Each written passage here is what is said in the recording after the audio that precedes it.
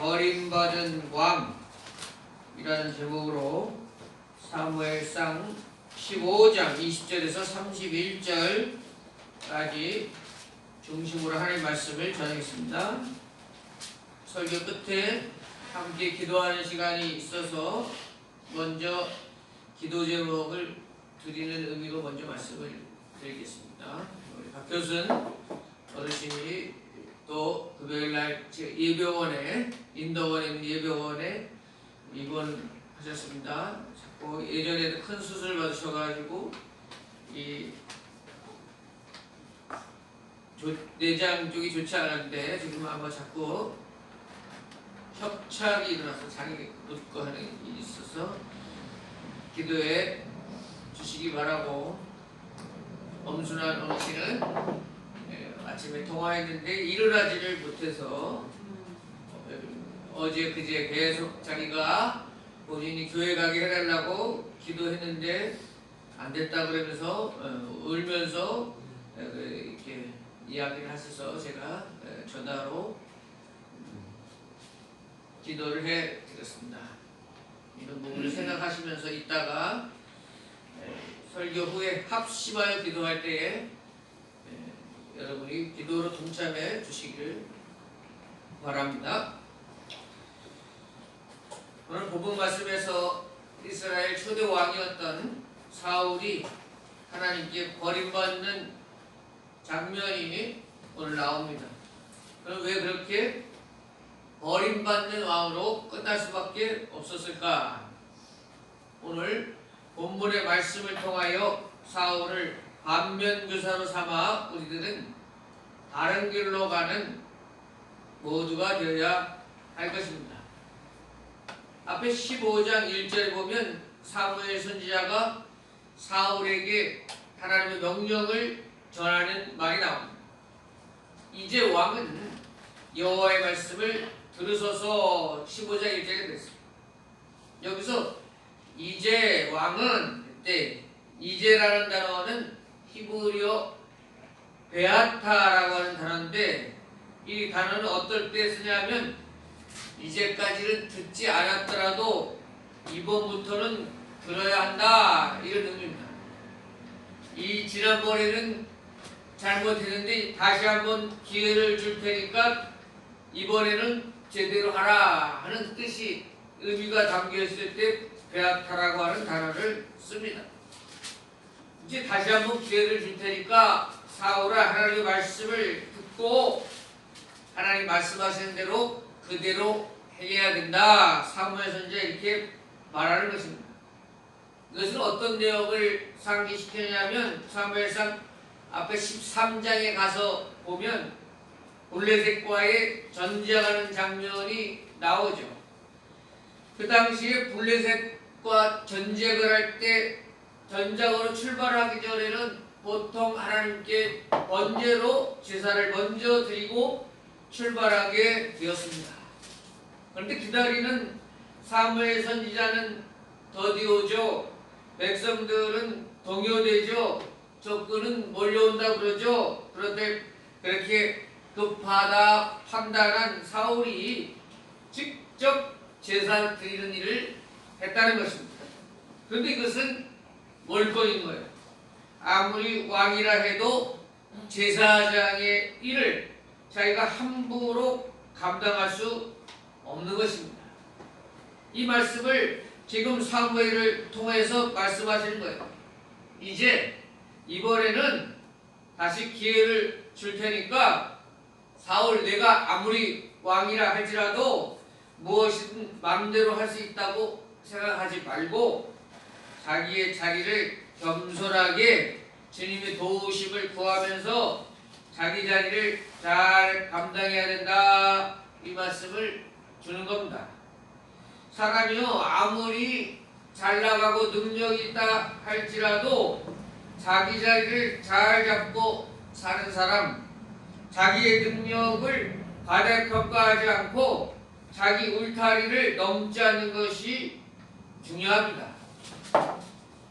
이 애플 창하고 애플폰, 스마트폰, 요즘 말하는 스마트폰을 만든 그 사람이 말이요.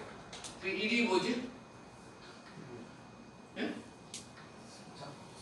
스티브 잡스. 이 사람이 왜 스마트폰을 만들 수 있었냐면 다르게 생각하라. 이것이 자기의 핵심이에요. 보통 사람들하고 생각하는 것을 다르게 생각하라. 그런데 그렇기 때문에 이 사람은 애플폰이라고 하는 이 휴대폰 이거를 만들어냈습니다. 거기까지는 너무 잘한 거예요. 왜 다르게 생각하라. 이것이 너무 지나치다 보니까 자기가 췌장암이 걸렸습니다. 당시 췌장암에 걸렸을 때만 해도 수술이나 치료할 수 있는 길이 열려 있었습니다. 현대의술로 치료할 수 있는 지경이었다고 합니다. 그런데 다르게 생각하라. 그는 현대의학 의지하기보다 다른 생각을 해서 자연치유니 또 뭐 조로아스트교를 믿었다고 해요. 마지막에. 그래서 신비주의 치료니 이런 거를 하다가 치료 기회를 놓치고 죽었습니다. 자기가 성공하고 자기의 능력을 발휘할 수 있는 부분이 분명히 있습니다. 애플폰을 만들고 그런 때는 다르게 생각해도 정말 능력을 나타낼 수 있지만 자기가 잘 하지 못하는 다른 전문적인 부분까지 자기가 잘 할 수 있다고 자기가 바로 선택할 수 있다고 고집을 피우는 것은 결코 옳은 방법이 아니라는 거예요. 그거는 뭐든지 자기가 잘할 수 있다고 하는 교만함이라고 하는 거죠. 우리가 북한 소식을 가끔씩 보게 되는데 잘 보세요. 북한 특징이 무엇이에요? 김정은이 어디를 가서 무엇을 하든지 간에 그 아나운서가 무슨 표현을 쓰냐면 우리 김정은 그 용도자가 친히 방문하셔서 현장을 지도하셨습니다. 이런 말을 계속 써요. 핵실험장을 가든 수해 현장을 가든 미사일 발사하는 데를 가든 다 김정은이가 지도했대요. 이게 뭐가 말이나 됩니까? 김정은이가 모든 것을 다 잘 안다는 내용인데 이거 말도 안 되는 얘기죠. 그러나 북한에서는 통하는 말이라는 거예요. 이렇게 김정은이는 신격화되었고 그러다 보니 교만의 극치에 이른 것입니다. 북한에서는 김정은보다 높은 행동, 높아 보이면 안 됩니다. 그래서 가만히 보세요. 북한에 나오는, TV에 나오는 간부들 하나같이 흰머리 한 명도 없습니다. 무엇을 말하냐면 김정은이가 북한의 가장 큰 어른이고 김정은보다 높아 보이는 사람, 김정은보다 높은 사람은 보기에도 하나도 없어야 된다. 이런 건 의미예요. 그게 망하는 길이에요. 그 교만한 길이고 망하는 길이라 하는 것입니다. 우리가 다 잘할 수 있다 이렇게 생각하면 안 됩니다. 우리가 모든 부분을 다 안다 생각하는 것은 교만입니다.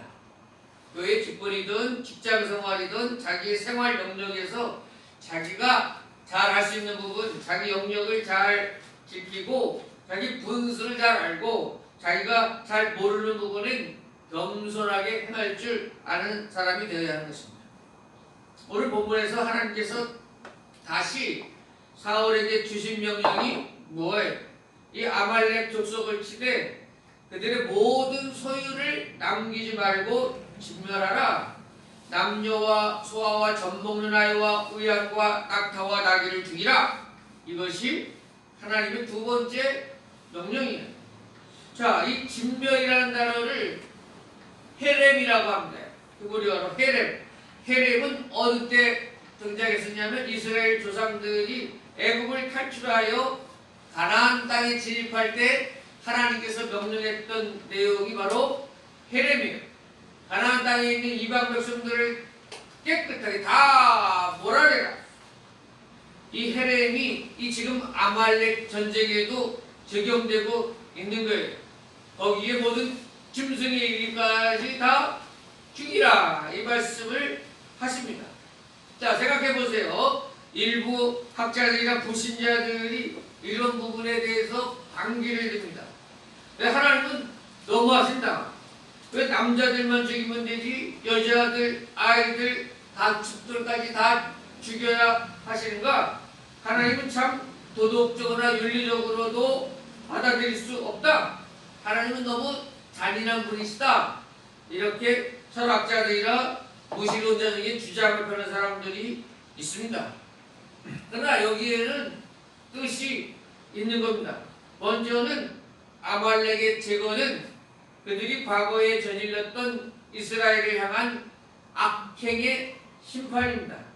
받은 대로 그대로 돌려주는 그런 의미가 있습니다. 무슨 말이냐면 이스라엘이 애굽을 나와 광야를 통과할 때 이 아말렉이 이스라엘의 후미를 쳤어요. 그때 아이들과 여인들을 학살하는 만행을 저질렀습니다. 하나님께서는 이때 이 사실을 기억하시고 그들에게 되돌려주는 심판의 의미가 있는 거예요. 행한 대로 갚아준다. 이것이 구약에 나오는 선을 행한 자는 선으로, 악을 행한 자는 악으로 갚는다는 하나님의 기본적인 심판이 있는 것입니다.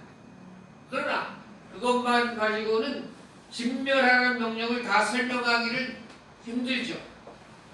왜냐하면 또 구약에서도 하나님께서는 내 이웃을 사랑하라, 내 원수까지도 사랑하는 명령을 주시기 때문입니다.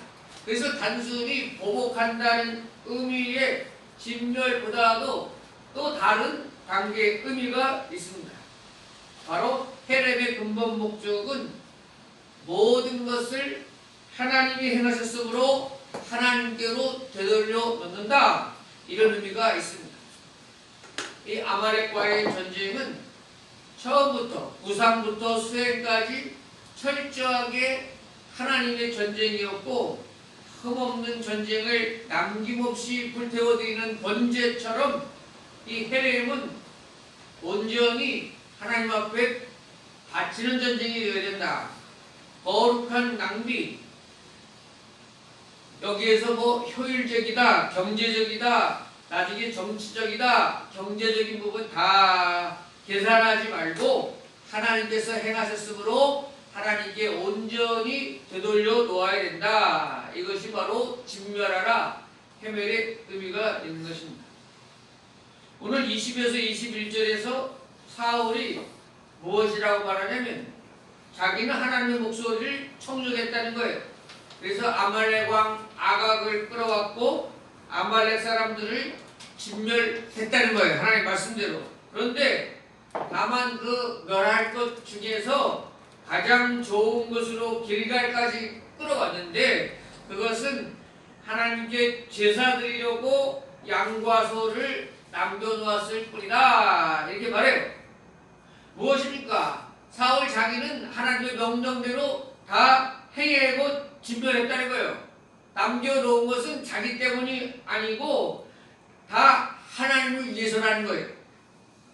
아말렉 왕 아각을 살려놓은 것은 지금 나중에 정치적으로 쓸모가 있어서 살려둔 것이고 남겨놓은 짐승들은 하나님께 좋은 제사를 드리려고 양질의 가축을 남겨놓았다는 거예요. 이게 나를 위해서 아니고 하나님을 위해서 남겨놨다는 거예요. 이게 세상 사람들 우리들의 변명이 되는 거예요. 보통 살아가는 사람들이 이렇게 대변하죠. 그러나 사무엘은 뭐라고 말하냐면 이를 인정하지 않아요.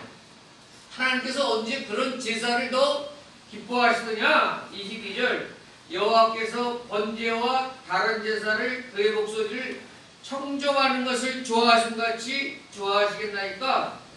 순종이 제사보다 낫고 듣는 것이 순양의 기름보다 나으니 하나님을 위해서 제사 드리려고 남겨놨다 이런 말 하지 말고 하나님은 그런 제사 드림보다 하나님의 말씀대로 순종하는 것을 더 귀하게 여기시는 것 아니냐 하는 것입니다. 맞습니다. 그러니까 사울은 하나님의 말씀대로 행하기보다 그대로 행하기보다 자기가 판단하기에 이것이 더 좋겠다. 하나님의 말씀을 자기가 이리 쪼개고 저리 붙이고 해서 자기의 유리하도록 하나님의 말씀을 변형시킨 거예요. 그리고 부분적으로만 순종한 것입니다. 이렇듯 온전한 순종이 아닌 부분적인 순종, 반쪽 순종, 이거는 하나님 앞에는 순종이 아닙니다. 하나님의 말씀에 온전히 철저히 순종함이 하나님이 받으시는 순종이다 하는 것입니다. 우리도 여전히 철저히 순종하기에는 여러 가지 이유를 갖다 붙이죠. 이거 경제적으로 이거는 낭비입니다. 이거는 경험상 해봐도 안 됩니다. 여러 가지로 말을 합니다. 마리아가 300데나리오의 값비싼 향유를 부어서 예수님의 발등 위에 부을 때 가룟 유다는 그 돈이면 얼마나 베풀고 선한 일을 할 수 있는데 이게 낭비하느냐 이렇게 책망하죠. 이런 생각이 비단 다른 유다만의 생각이 아니고 우리들도 그렇게 생각하며 살아가죠. 그러다 보니 순수한 순종, 순수한 마음보다는 변형된 이렇게 하면 님도 보고 똥도 뽕도 딴다. 둘 다 좋은 방법이 있는데 라고 말하면서 실제적으로 실리적인 행동을 한다고 하는데 결과적으로는 사울처럼 이렇게 하나님 앞에 반쪽만 순종하고 책망 듣는 그런 자리가 될 수도 있겠다는 것을 알아야 됩니다. 그래서 우리 중심에 이렇게 하면 더 경제적이다, 이렇게 하면 더 실리적이다, 요거이 더 낫지 않게 하느냐, 그런 자기의 사역을 제거한 상태에서 냉철하게 정말 하나님이 기뻐하시는 방법, 행동은 무엇일까 생각하고 그대로 행하는 것이 더 복된 길로 가는 것입니다. 오늘 또 하나님께서는 진멸하라고 하는 이 헤레미는 이스라엘 백성들을 죄로부터 꺼내려고 하는, 근본적으로 죄로부터 분리시키려고 하는 하나님의 의도가 있습니다. 하나님께서 어찌 아말렉의 여인들이나 아이들이 죽어가는 것을 고소해하고 마땅하게 시원하게 보시겠습니까? 그렇지 않습니다. 분명히 하나님은 이방인의 어린아이의 울음소리와 짐승들의 울음까지도 다 안타깝게 여기시는 분이 맞습니다. 그럼에도 불구하고 하나님께서는 이런 진멸하라 하는 말씀하심은 지금 이렇게 하지 않으면 그 이방인의 풍습과 종교, 그 불순종의 습관들이 자연스럽게 누룩처럼 온 이스라엘에게 퍼지게 되고 이스라엘이 아주 오염되는 그런 것을 뻔히 아시기 때문에 이렇게 말씀하신 것입니다. 그 적은 노력조차도 근본적으로 제거하려는 그 죄를 근원의 자리에서 잘라내려고 하는 의도가 하나님께 있습니다. 그런데 사울은 그런 것까지 생각하지 못하죠. 그렇다면 우리가 생각지 못한 부분도 있음을 늘 기억하며 우리는 때로 하나님의 명령이 내 지식으로 내 경험으로 다 이해는 가지 않아도 신실하신 하나님을 믿고 순종함이 있어야 한다는 거죠. 자, 오늘 본문에서도 보세요. 하나님께서는 아말렉 왕 아각을 죽이라 하셨는데 사울은 아각을 살려서 데리고 왔어요. 결정적으로 나중에 정치적으로 이용할 가치가 있다고 판단했기 때문이죠. 32절 뒤에 보면 뭐라 그러냐면 아각이 끌려오면서 아각이 즐거이 오며 이르되 진실로 사망의 괴로움이 지났도다. 아니 포로로 잡혀온 아각이 즐거워하고 있다 그래요. 희죽희죽 웃으면서 아이고 나는 이제 살았다 노래 부르고 있단 말이에요.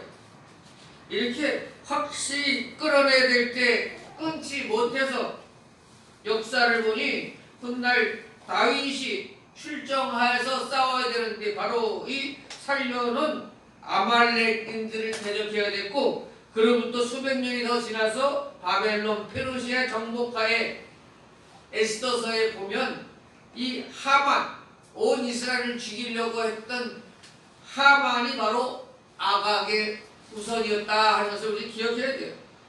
이렇게 하나님의 진멸하라고 확실히 제거하라고 할 때에 불순종한 대가는 고스란히 이스라엘 백성들의 후손들에게 그대로 돌아오게 된다는 것을 기억해야 하는 겁니다. 오늘 24절에 이런 말씀이 나옵니다. 사울이 사무엘에게 말하되 내가 이렇게 하나님의 말씀을 명령을 어긴 이유를 24절 내가 백성을 두려워하여 그들의 말을 청종하였습니다. 지금 말하고 있어요. 그러니까 사울이 불순종의 길을 걸어갈 때 이렇게 자기의 정치적인 경제적인 그런 생각도 있었지만 주위에서 계속해서 영향력을 끼치고 진언하는 간언하는 사람들이 있었다는 거예요. 아, 왜 그렇게 다 진멸해야 됩니까? 이렇게 설명할 수 있지 않습니까? 자꾸 간신들이 그렇게 주장하는 사람들이 있었습니다. 이거 백성들의 뜻입니다. 지금 백성들이 다 아우성치입니다. 우리 다 진멸하기보다 우리에게 좀 주십시오. 그 당시에 말이야 이게 전리품이라고 그러죠. 전쟁에서 이긴 전리품들은 그 전쟁에 참여했던 군인들이 나눠 갖게 돼 있거든요. 보통의 전쟁에서는 그렇다는 거예요. 전리품을 가질 권한이 병사들에게 있었어요. 그러니까 지금 여론이 좋지 않습니다. 백성들이 아우성치고 있습니다. 그때 사울은 하나님의 말씀, 하나님의 명령보다는 이 백성들의 소욕, 이 백성들의 불이익, 이것이 더 두려웠던 거예요. 그래서 24절에 자기 입으로 이렇게 말해요. 내가 백성을 두려워하여 그들의 말을 청정하였음이니라. 그래서 사울이 실패한 겁니다. 우리가 사람들과 함께 살아가다 보니 사람들의 의견이나 생각을 참고하고 판단하는 것은 당연히 옳은 것입니다. 그러나 정말 백성들의 말이 하나님의 뜻과 일치하는가? 하나님의 뜻과 백성들의 의견이 충돌할 때 우리는 어떤 쪽을 선택해야 되는가? 이건 아주 중요합니다. 백성들의 그 아우성, 백성들의 뜻을 따를 것인가? 물론 자기 고집이나 자기 편견으로 인해 하나님의 뜻이 아님에도 자기 멋대로 이걸 하나님의 뜻이라고 집착하는 그런 히틀러 같은 그런 잘못된 판단을 말하는 것은 아닙니다. 하나님의 뜻과 분명히 하나님의 뜻인 줄을 알고 백성들, 사람들이 입김과 사람들의 생각이 서로 상충할 때 우리는 어느 쪽을 선택해야 옳은 것인가? 하나님이 기뻐하시는 뜻을 하나님이 기뻐하시는 방향으로 가야 합니다. 그로 인해서 곤욕을 치르고 백성들에 의해 쫓겨나가고 죽음의 자리에 놓인다 할지라도 그것이 분명히 하나님의 뜻이라면 그 길로 걸을 수 있어야 하는 것입니다. 종교개혁을 이루었던 루터가 그랬습니다. 루터가 당시에 교황과 싸우는 것은 정말 죽음을 내어놓고 싸우는 삶이었습니다.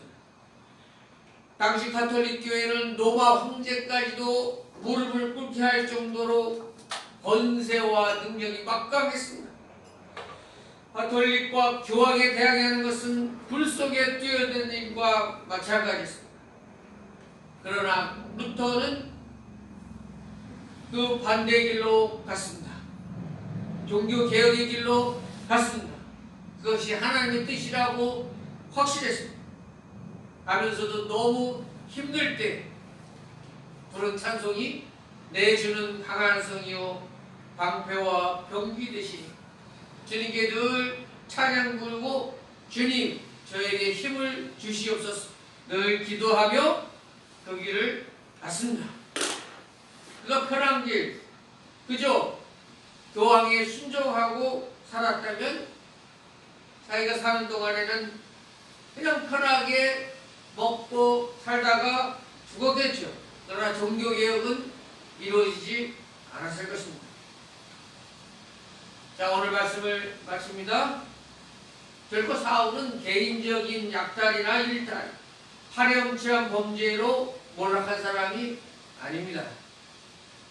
자신이 누구인지를 진정 몰랐고 하나님께서 자기에게 주신 사명을 바로 따르는 일에 게으르했습니다.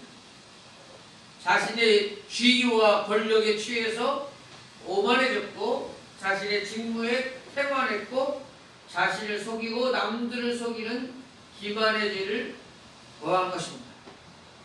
오늘 우리는 사울의 모습을 보며 늘 하나님의 말씀을 청종하며 그 말씀에 철저히 100% 순종하는 자세로 살아가야 합니다. 그것이 손해보는 이유, 그렇게 힘든 시간이라 할지라도 결국에는 하나님의 의를 이루어내는 하나님의 뜻을 이루는 길임을 믿고 힘들어도 나아가야 하는 것입니다. 오늘 우리 모두 그런 충성스러운 일꾼들 될 수 있기를 축복합니다. 아멘. 우리 합심하여 우리 앞서 말씀드렸던 박효순, 엄순한 우리 어르신들 위해서 기도해